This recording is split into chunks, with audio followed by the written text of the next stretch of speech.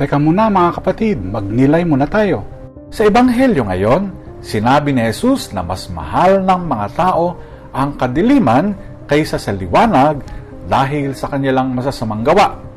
Ngunit, ang mga naghahanap ng katotohanan ay lumalapit sa liwanag. Alam mo ba na may isang isda na nakakakita sa ganap na kadiliman? Ang tawag dito, silver spiny fin.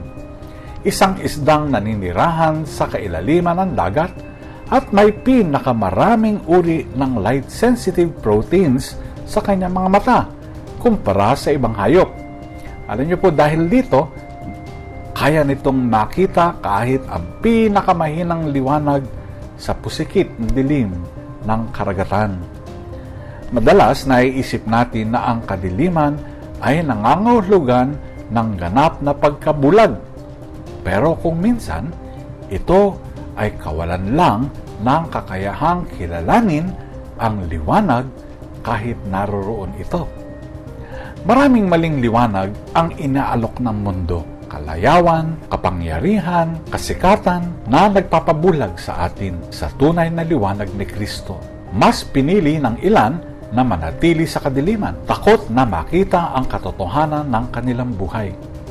Sa aklat ng mga gawa, ipinabilanggo ang mga apostol dahil sa pangangaral ng Ebanghelyo.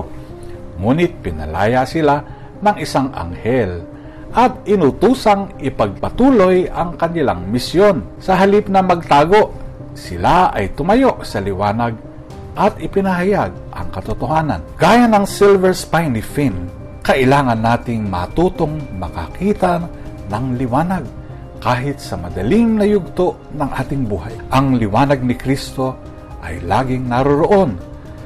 Tayo lamang ang kailangang magbukas ng ating mga mata. Mananatili ba tayo sa dilim o haharap tayo sa liwanag? Pagnilayan po natin ito. Amen.